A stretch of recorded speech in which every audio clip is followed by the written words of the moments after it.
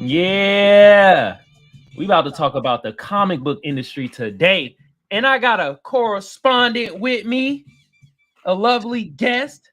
You feel me? Creator of Wingless comics. Oh yeah, and them comic books is fire. I got like 3 or 4 myself. You feel me? We bring to you BrainLambert.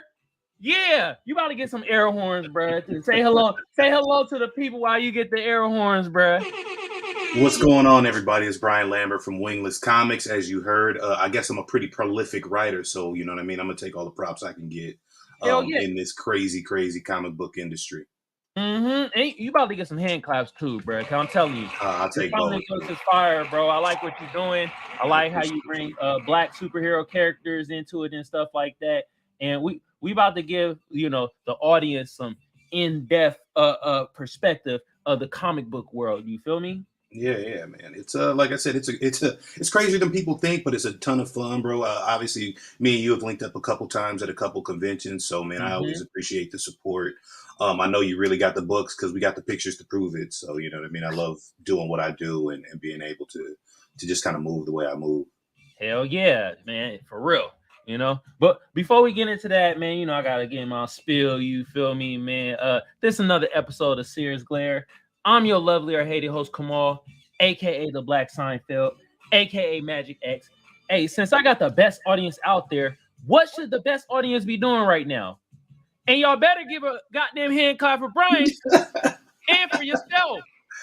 And if the kids are watching, at least they learn it. And I appreciate all y'all, from the beautiful to the ugly and to the in-betweeners. And there's a ton of in-betweeners out there. Jesus Christ. Wow. But for my tubers, though, YouTube been around since 2005. I don't need to tell y'all what to do to get the video art channel booming. But just like the rest of the tubers say, I'm going to say the same thing. Like a sub a share a comment, comment a like. Y'all know what to do. Some of y'all smart out there, you feel me? For my Twitch family, hit your boy with a follow. Hit your boy with a share. That'd be greatly appreciated, you feel me? Actually, Brian, do you got a YouTube or Twitch? You know what? We set up our YouTube, yeah, so we do have Wingless ENT. We don't really have much content on there right now, but we are definitely starting to ramp it up, bro. That's the way to go, obviously. Okay, so this is what we about to do. Since y'all better like and share bro YouTube too. You said Wingless ENT. Yeah. Boom, right there. Y'all saw how I typed that in, and y'all subscribe. Booyah. Come on, people. Let's do that. All right. Yeah. But also, man, I have to thank, my sponsor, First Place Losers. The link to the shop gonna be in the description below. Y'all go check out the fire ass garments made out of 100% Egyptian cotton. I guarantee it boosts your sex appeal about, let's say, 31%. You don't care. If it look good on me, it's gonna look good on in between ass. All right, let's hop right into it. You feel me, Brian? Tell the people who you are, what you do, like what projects you got coming up and stuff like that, bro. So Wingless Comics and like the YouTube said, Wingless Entertainment is a multimedia entertainment company, right? So we started out with comics. Actually, we started out with novels. Then we went to comics. We're working on some animation and some video games in the next year, 2 years, because obviously that development time takes time. But our main things are, like I said, comics right now. And our main series, our flagship series, is Justice. And Justice is an angel who comes down to Earth. And his moniker, his word is like, in order to save heaven, he'll go through hell. So the story or the basis of it is when he was in one place, it was all wine and sunshine. He gets to Earth and he realizes like he was lied to. You know what I mean? Like heaven wasn't all it's actually cracked up to be, and neither is hell, right? Like there's a lot of stuff going on, right? Everybody's kind of shady. And so that's our main series. We're actually going to be releasing issue 4, which is the end of the first story arc, in May. We're going back to Kickstarter in May for issue 4. Okay. That's over 30 pages of comic books. We're also that's going to end up Caliburn issue 1 because they've been running concurrently. So that's coming in May. We also have another project called Immortalis that is like our historical fiction, the one that sets up all the history of what's happening right now in the Wingless universe, and basically like that's about the fall of Rome. Last Okay. Roman outpost falls, and it kind of opens the floodgates of hell. You know what I mean? Like that's the Yeah. turning point for like good and evil. Who's it's the Jedi and the Sith thing, man. The Mm-hmm. Sith take Yeah. over for 1,000 years, right? And the Jedi got to rebuild. So Yep. this is that story of that kind of that element there. Our other one from Malachi Bailey is called Her, and that's our female-led superhero series. Her Okay. was a long-lived immortal that each time she dies, she comes back with a new set of powers and kind of a different life. So obviously she's in the present right now. She's a water elemental, and her entire past, thousands of years, is kind of catching up with her and chasing her. Okay. We also added two more creators to the stable. Mm-hmm. Avery the Astonishing is a joint publishing deal with Constant Hustle Comics, and Okay. Avery is a non-binary former military member who gets some powers through basically chance, kind of luck or unluck of the draw. Mm-hmm. But also in that same instance, her sister gets kidnapped, so she's on the hunt to find her sister and kind of figure out and unravel what's really going on with her side of the world. I got you. And then lastly, we picked up Scarlet Knight from 2329 Publishing, and it's not two brothers, but a brother and a cousin. So two family members find a jewel, and it's connected. That's also connected to everything that goes along in the Wingless universe, Mm-hmm. and it's linked to like the ancient round table with Merlin and all this. You know what I mean? All this kind of lore and Arthurian legend and things like that. So we got. Okay. We got like 5 comics that'll debut before the end of the year on Kickstarter. And like I said, going into next year, we'll have some animated / video game products Okay. as well. When you get started, I'm gonna put the link in the description so y'all could go to that and get some donations for that and stuff. And tell the people where they can actually purchase these comics at. Okay, so so the Kickstarter link isn't live, so we'll come back and get back with that. But so you can go to www.winglessent.com. Okay. We have a comic section, and so you can actually read. I think it's like 4 or 5, maybe 6 comics online for free right now. Our 0 issues, our introductory issues, we always give away for free because we want people to check them out. And then the purchase links are also on the comic section there. We're also going to be coming to Comic Wellspring and their print-on-demand model, and Comics Republic, most likely. We got a couple other deals in the works right now. Okay, cool. And I'm gonna put that in the description too, so y'all can hit them goddamn links and purchase some comic books. You feel me? Now, what made you get into doing comic books in the first place? So, man, I've honestly always wanted to do comic books. My generation, or whatever you want to call it, like, man, that X-Men, that original X-Men cartoon, right? Like, everybody watched it. Like, I mean, don't get me wrong, we can go back and look at it now and be like, wait, what? But like when we were kids, right, it was like the most fire thing we had seen. So I had grown up with those comic books myself, right? Like the stories that were in the cartoon. And even though it's not that long ago, bro, like early 2000s, you couldn't just hop online and make a comic book. Like you couldn't just hop online and DM Marvel. Like it was just a very different like playing field or whatever. So it was something I always wanted to do. I just didn't know how, right? Like I was trying to write and draw all myself, go down to Kinko's before it was even like Kinko's and get it printed yourself, like real like thuggish type, just make it happen, right? But ain't nobody trying to really be thuggish. Like, look, people was burning CDs at the time and slinging CDs. Ain't nobody trying to sling comic books out there, trunk. It wasn't the same. Like the vibe wasn't there, right? So I kind of just gave it up for a while, man, and just started like writing. You know what I mean? I got my degree in creative writing and just doing novels and stuff. But then again, man, with Facebook, bro, Facebook in its heyday opened up a lot of doors because it connected people that were not connected before. And so I saw some other people trying to do it, and I started learning about these Black-centered, comic conventions, right? So they're a little bit smaller sometimes, a little bit more niche, and a little bit more accessible, right? People always be like, oh, man, I want to go into San Diego Comic-Con. Bro, that's thousands of dollars, and you're independent, right? Like, it's hard enough to just travel there to go and be at the show. Have a hotel for 3 days, travel, blah, blah, blah.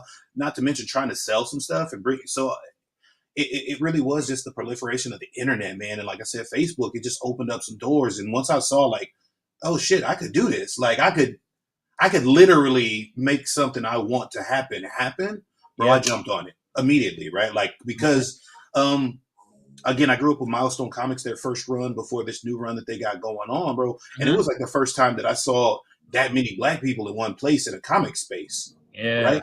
And so it was Black people, and it was Black love and Black pride for the sake of being Black without being overly pressed, right? I hate when people say like you're forcing diversity. I don't believe in that. But they got to exist. Milestone got to exist in a place and just be who they were, right? Even though them being who they were is a political statement, they just got to do some things, right? And so it wasn't until later on in life that I saw that there were a lot of us that wanted to do that and were capable of doing that. And now we had the means, right? Like now I could link up with a colorist or an illustrator from wherever and actually make it happen. And so I wanted to do that same thing. I mean, there are messages that need to get out. There are kids that need to see stuff. There are adults that need to see stuff. You know what I mean? Like there are so many ways to communicate and storytell. And so I think it's important to do the one that suits and fits you.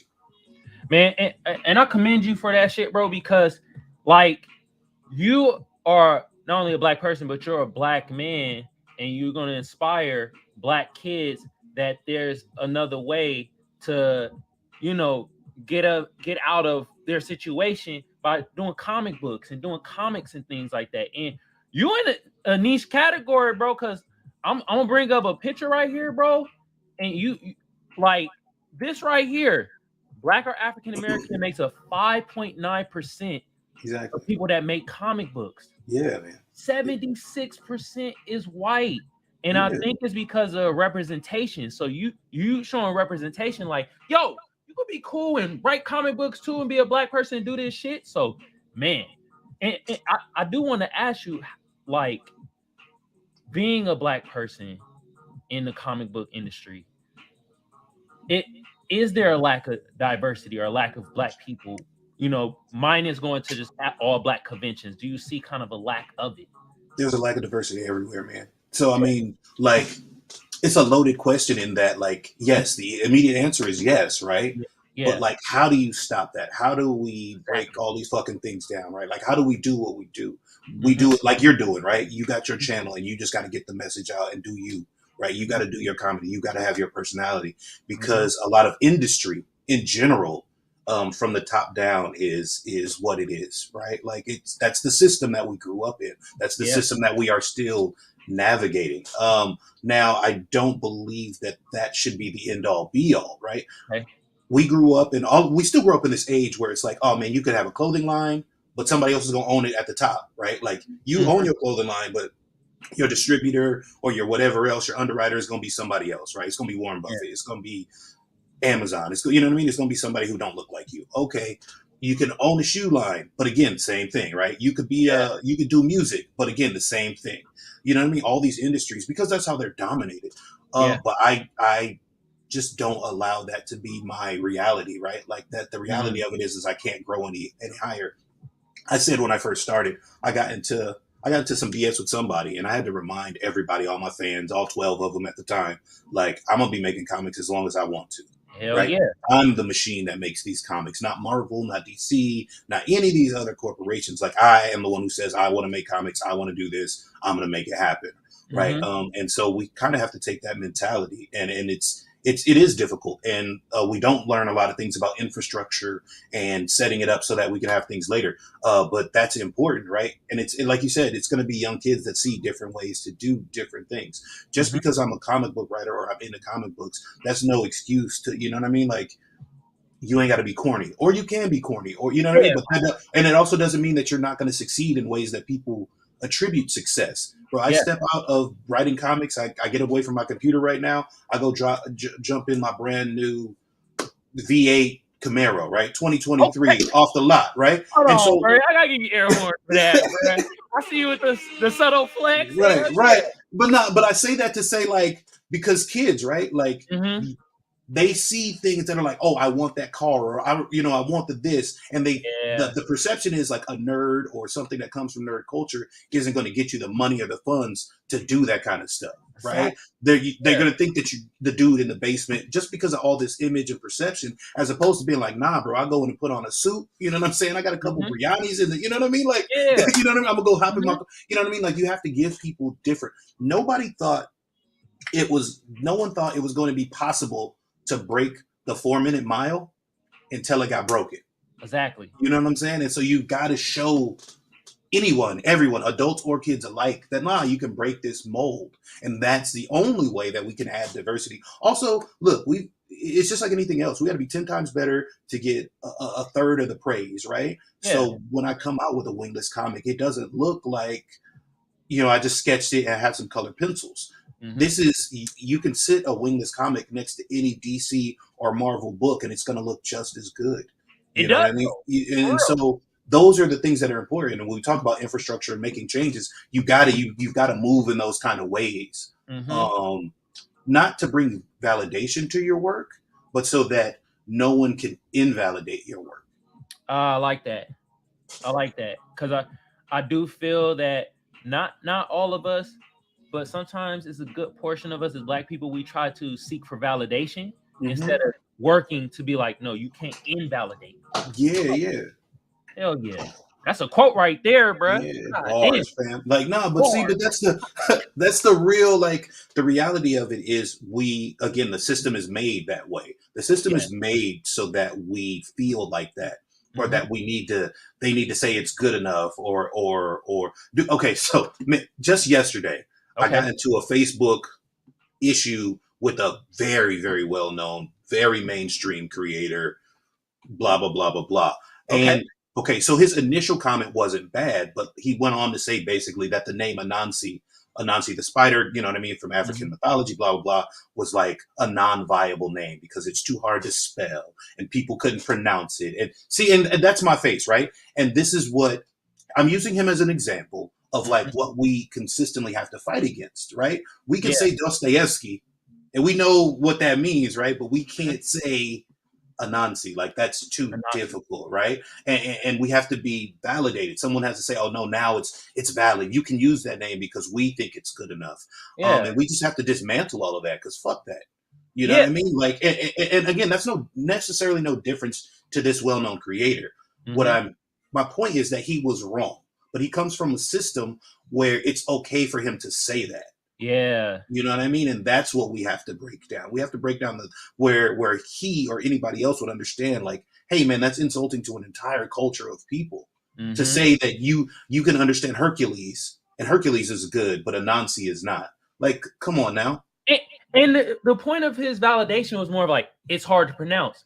Motherfucker, that's how you pronounce words. At first it's gonna be hard, and then you get it afterwards. Hercules, Hercules. Right. Hercules. Yeah. Exactly. Exactly. So it's kind of bullshit that person did that, and they try to use these little small ass tactics to invalidate you and make you feel a certain way. And you have to be like, no, that's BS, because like. Exactly. And so that's the thing, right? I actually posted today that microaggressions are just as harmful, if not more so sometimes, than like overt racism, right? Exactly. Yeah. Sometimes I'd rather them call me whatever name they want to call me, or call me an uppity Negro or whatever else, right? Just say that, because then I know. Don't try to say something like, oh, it's too hard to pronounce. Like, no name is too hard to pronounce. It doesn't matter what language it's in, right? Yeah. Like, you just have to learn it. Exactly. So take some time, like you said, take some time and learn it, right? We can say Mephistopheles, right? Like, Mephisto is in Marvel Comics, right? But again, Anansi's too hard, right? Like, that kind of thing. You know what I mean? And that's the thing, right? And if you say, okay, I don't think it's marketable, right, given the American audience and blah, blah, blah, that's completely different, again, than saying it's not viable or invalidating it based on it's too hard to say. No one knows it. Batman's not a word before they literally just went Batman. Yeah. You know what I mean? Like, come on, man. It was like, in suit, man. Right. Right. Exactly. Like, he kind of looked like a bat, though. All right, Batman. Or Robin. Robin's a fucking bird. Right. Exactly. Like, man, exactly. Correlate shit. That shit is BS, man. Yeah. We could take the time to learn Mixius Spidlick, right? Because he's a fucking Superman villain. but again, we're not gonna, you know what I'm saying? Like, it's things like that. Oh, it's too hard. Like, it's not too hard, bro. And it's not too hard to learn and grow with culture growing, right? It's about desire. And a lot of times, if you don't want to do it, just say you don't want to do it. That's completely different. You know what I'm saying? I'd rather him say that, because then it's Right. like, now it's like, okay, you out of sight, out of mind. I get your stance now. Yeah. With him doing that, it's very in the gray area, and you still, like, within that realm, you will still have to deal with him, because people can't be like, say, like, oh, like, in a sense, in my eyes, I'm looking at like, you're being kind of racist, bro. Yeah, 100%. Bro, I said it. Oh, yeah. Oh, I went there. I did. 100% went there. You being racist, but to outside and other people, they look at it like, well, he didn't really say. He just said it sounds hard to pronounce. Maybe I'm like, yeah. That's the exact conversation you have. People, I don't really think what he did was racist, but no, it doesn't matter what you think, right? It doesn't matter what your perception is. I'm laying it out that this is what it is. Yeah. You know what I mean? And again, that goes back to validation. That goes back to people trying to validate what they think, or you know what I mean? Like, bro, if you don't like the name and you want to say the same thing, just be on that side. Don't say that he's not. You know what I'm saying? Like, just be like, I don't like it. It is what it is. Okay, cool. But again, to invalidate anybody's culture, right? It's bro, I watch enough anime and I know, Shigaraki. You know what I'm saying? We could talk about, and how many characters are named, something Shigaraki, right? Or fucking Amaterasu, bro. I had to look Amaterasu up, right? Because I was like, man, I've seen this in a couple different things. Oh shit, it's a god and blah blah blah blah blah, right? Like, it's called research, bro. Google is free. So if you could take the time to do that, again, don't tell me, look, with manga being high selling as it is right now, don't tell me anything is too hard to pronounce. And I'm talking about linguistically going from like English to another language. Because like phonetically, Mandarin Chinese is, I think, the hardest language to learn coming from like English. It's either that or it's Tagalog. I forget which one, right? It's like one of the two. What's Tagalog? I've never heard it's used in the Philippines. Okay. You know what I mean? So so again, you have quote unquote Eastern languages, right, that we can speak, right? Because we've transliterated words over and on and on and on. But you want to say it's too hard. It's not, right? It's not. Yeah. Stop it. That's straight BS. Okay, it leads me to my next question. Did you ever get flack for having like Black characters? Because I do want to show another picture, and I'm showing this more for like the audience too, to see certain things. Is like, oh, this kind of small, goddamn. But 1.2% who were Black are percentage of superheroes in comic books, and that's wild to me. I think that's a wild stat. Like, you feel me? So, did you ever get any type of flack for having what? The only time I got flack for Black characters, well, okay, I didn't actually get flack for Black characters. Okay, I got flack for white characters. Whoa! Oh, yeah. So right. at the end of Justice #1, and spoiler alert if you guys haven't read it, but I hope you guys still enjoy it. It's still pretty awesome.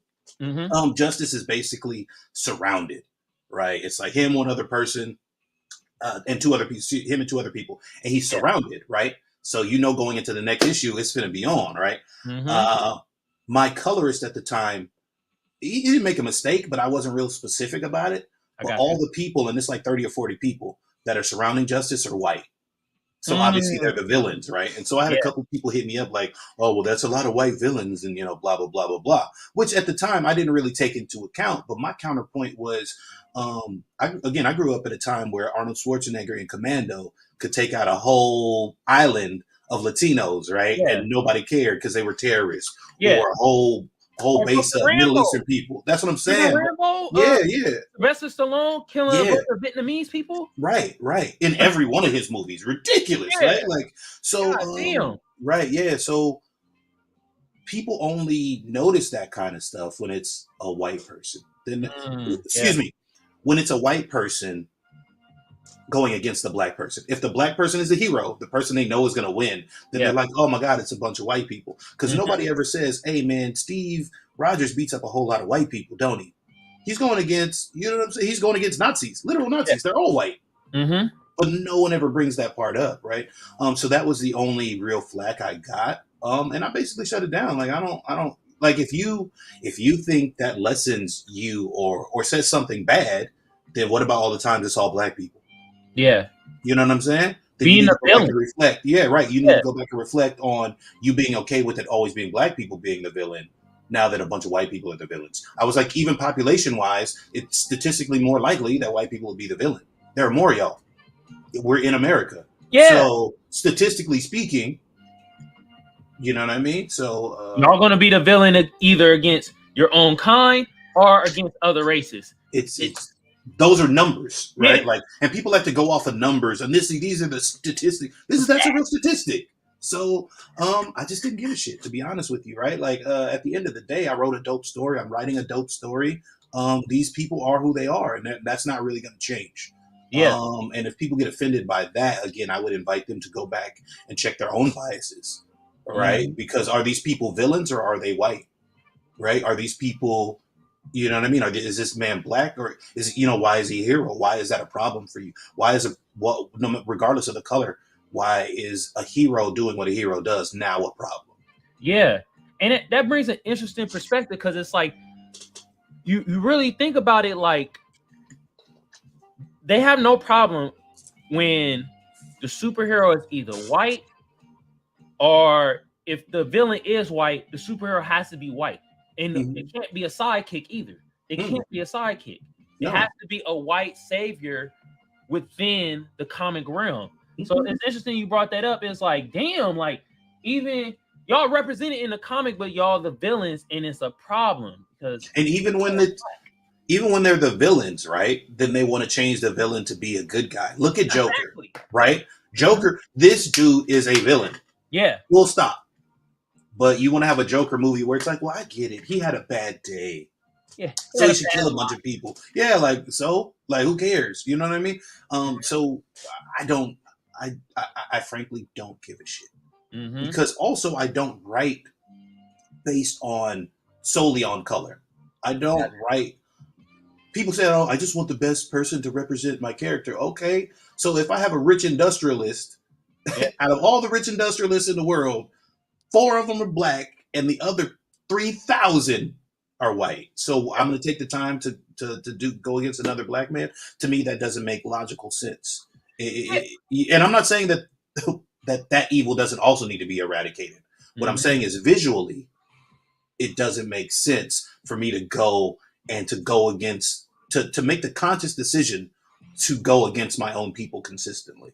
Yeah, and it's fucking enough of that out there anyway. When we see a lot of DC comic movies and Marvels and stuff like that, it's black people going against other black people. It's not that you can't, if you're a black person in a Marvel or a comic or whatever, you gotta be either a villain, or if there's a superhero involved, you gotta fight your own kind. You can't fight white people. And the first one to do that is, and he can't fight, so it don't really count.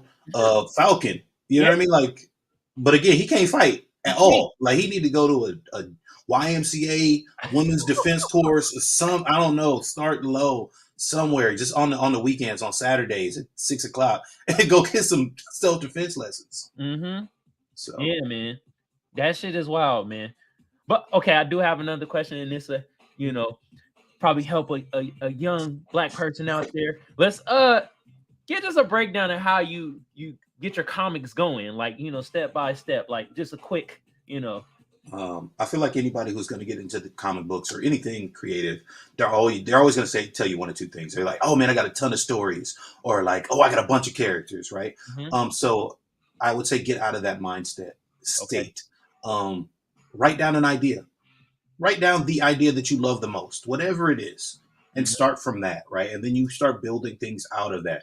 Sometimes we get distracted with trying to do a bunch of different things, and again, I'm definitely guilty of it myself, going off in a bunch of different levels because you got a bunch of ideas. But no, write down your idea, right? And write it down beginning to end. A lot of creators will be like, "Oh, I want to do a 12 comic book series." Like, come on, bro, stop it.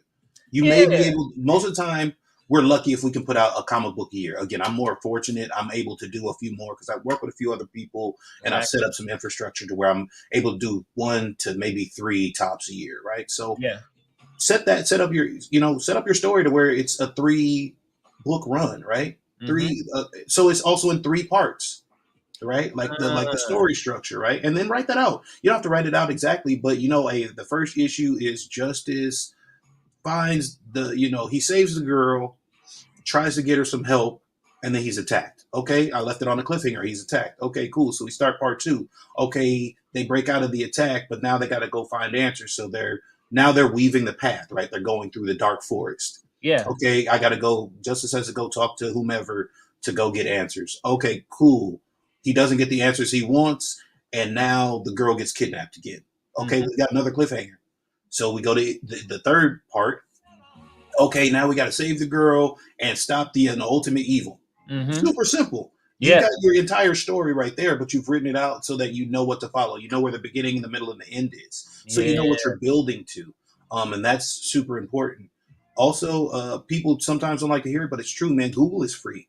Google is free, and it's a great resource. Go and get comic templates. Go and look up comic scripts. You can learn how to write a script from reading scripts. Like, it's not hard, and you can kind of do your own thing. So, you know what I mean? Go on there, comic template, comic script, free comic script.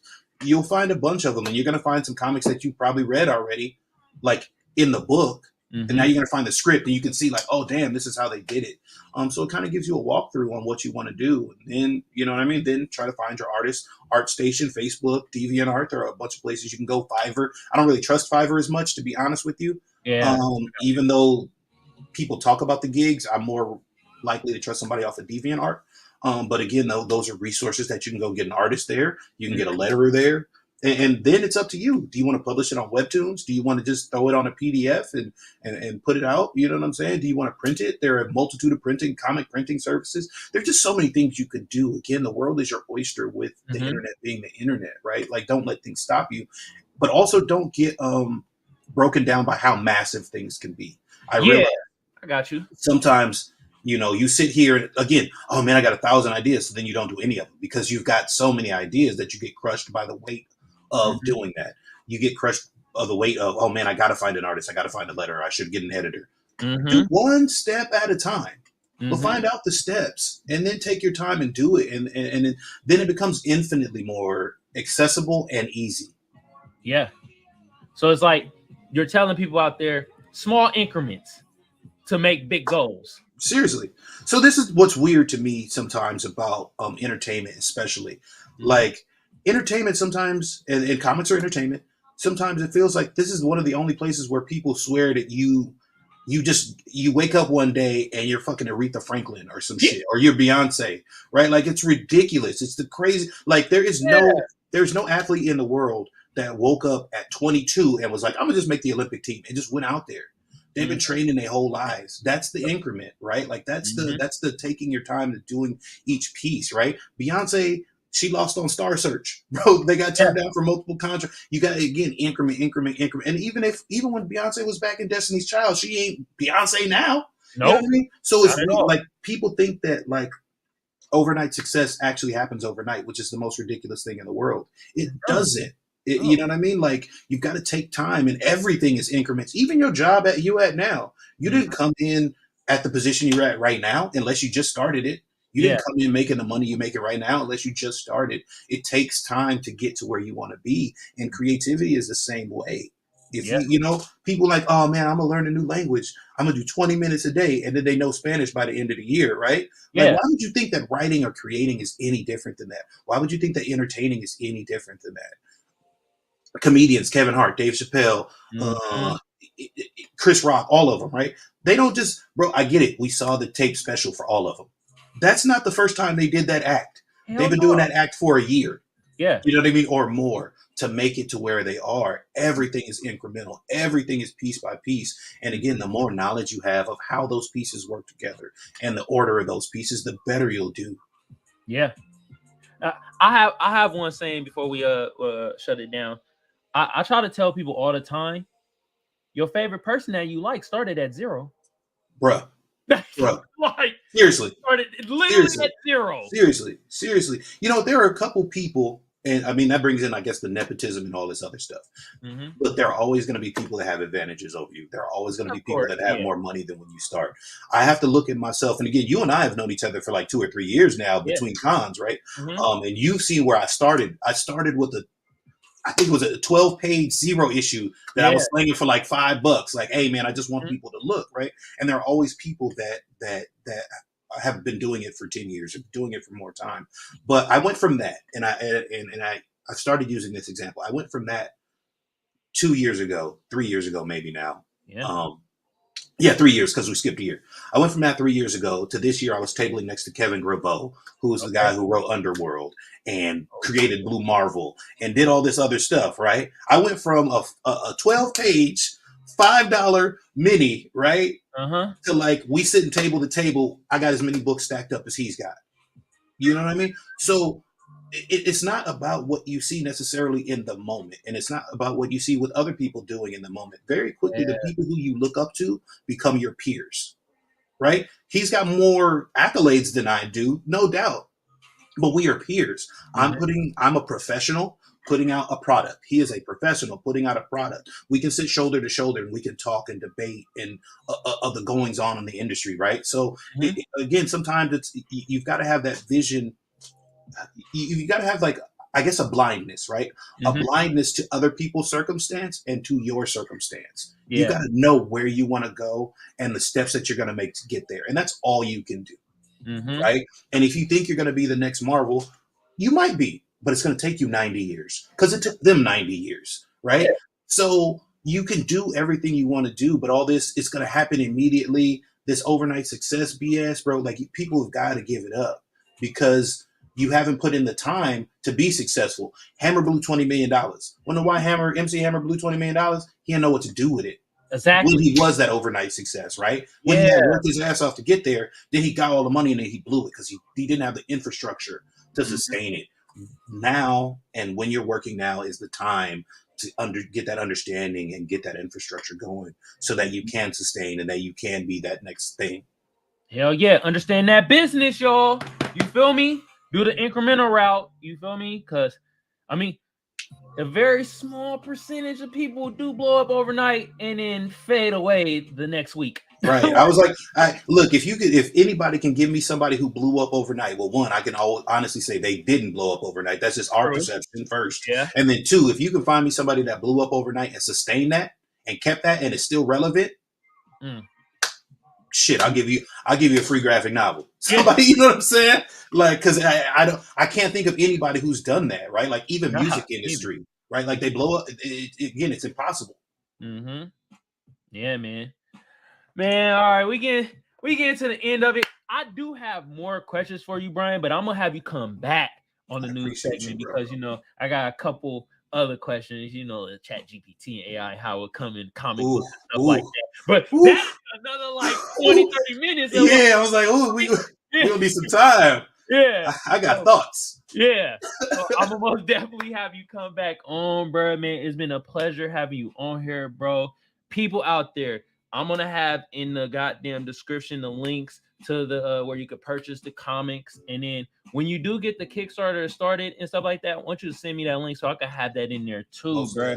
We trying to have this thing moving for you, bro, and I appreciate you, bro. And y'all go support, bro, because man, 5.9% of Black people make comics, bro. We got it. We gonna get that higher, feel me? And we about to get Brian out the atmosphere, bro, and have him on another level when it comes to us getting the comics, bro. You feel me? Like I said, man, I appreciate you, bro. And let the people out there know where they can find you, where they can find your stuff, because we need that. First of all, I want to say thank you. And again, like I said, man, this isn't like the regular radio promo BS. We've actually met. We've chopped it up. You know what I mean? Like at cons, again, quite a few times, man. So I appreciate you, bro. Yeah. Seriously appreciate you. Next time I'm out in San Diego or whatever, I'll definitely hit you up, see if we can link up again. There's some more shows coming out. So that's that. We'll start there. But other than that, you can find us at Wingless Comics. On Instagram, Wingless Comics on Facebook, Wingless Entertainment on Twitter, www.winglessent.com has all of our social links and has a bunch of information about us. We're also on Kickstarter as Wingless Comics. So basically, we are the only Wingless Comics. It's us. It's me. So there are no other ones, right? So if you see that, it's us. We're out there. Again, just drop us a like, drop us a link. You can always ask questions. Don't immediately ask me how to make comics or if I publish you, because that goes into the spam folder immediately. At least say hello first. Yeah. But no. Honestly, we're all over, man. I'm always out. I'm always out and about. I'm always trying to communicate and talk not only about comics, but just about general social issues and consciousness, and making sure that we're doing the best that we can for everybody out there. So obviously, I hope you guys enjoy the comics. Like I said, issue 4 is coming out in May, and issue 5, I'm going to give you a little preview here. This is the first time I've said it live, said it on an interview. Issue 5 is going to be a comic unlike you've ever seen. It is going to be a double issue, which can be read from both back to front and front to back. Okay. So I'm doing some little experimental but pretty dope stuff. It's gonna have multiple covers that link in, so y'all buckle up. It's a fun ride, and it's just beginning as far as Wingless Comics and Justice is concerned. Hell yeah! All right, air horns for that, man, for real, bro. And I enjoy the comics though, man. I got like 3 or 4 myself. You know what I mean? I'm gonna get some more. You feel me? And like I said, man, I appreciate you killing the game. You feel me? And when it comes to the comic book industry, and I hope people out there, and especially our younger viewers and stuff, get a more in-depth perspective of creating comic books. And hell, might want to be comic book creators they damn self. Man, we need them. We need them. Yeah, for real. But man, once again, this is another episode of the Seers Glare. I'm your lovely or hated host, Kamal, aka the Black Seinfeld, aka Magic X. Hey, since I got the best audience out there and the best correspondents and guests out there, what should y'all be doing right now? Hey, Brian, I'm gonna give you. we get the claps. Let's go. Either watch, at least they learning. Yes, sir. You know what I mean? Hey, but for my tubers though, YouTube been around since 2005. I don't need to tell y'all what to do to get the video or the channel booming. But just like the rest of the tubers say, I'm gonna say the same thing. Like a sub a share a comment, comment a like. Y'all know what to do. I mean, some of y'all smart out there. And also sub to Wingless ENT. You feel me? Hold on. Some people visual learners. Right, we got to pop it up again. Let them know. Booyah. Right there. You feel me? Hey, for my Twitch family, though, hit your boy with a follow. Hit your boy with a share. That'd be greatly appreciated. You feel me? Also appreciate my sponsor, First Place Losers. The link to the shop going to be in the description below. Y'all go check out the fire-ass garments made out of 100% Egyptian cotton. I guarantee it boost your sex appeal up by, let's say, a 35%. And look here. It look good on me. It's going to look good on your in-between ass, okay? And looky, my Reddit tiers, you feel me? Please don't comment over there. Comment on YouTube. I'm just going to ignore it. You feel me? And they be erasing comments. You feel me? Now, my tubers. And Brian, you're going to have to deal with this in the near future. Trust me. You writing a goddamn novel or a book on comments, I'm only going to read like 1 or 2 sentences. Yeah, just call in, okay? The number's below. You feel me? If you want to ask Brian a question, call in. The number 619-609-7383. Please don't write them long-ass comments. Jesus Christ. Wow. Anyway, look, man, it was a pleasure, Brian. Thank you so much for giving us some in-depth perspective on the comic book industry. You feel me? And, hey, let's get this thing booming, bro. You already booming in my eyes, but we're going to get it even booming more. You feel me? I appreciate you, bro. I do. Yeah, man. And on that note, we out, y'all. Peace. Yeah.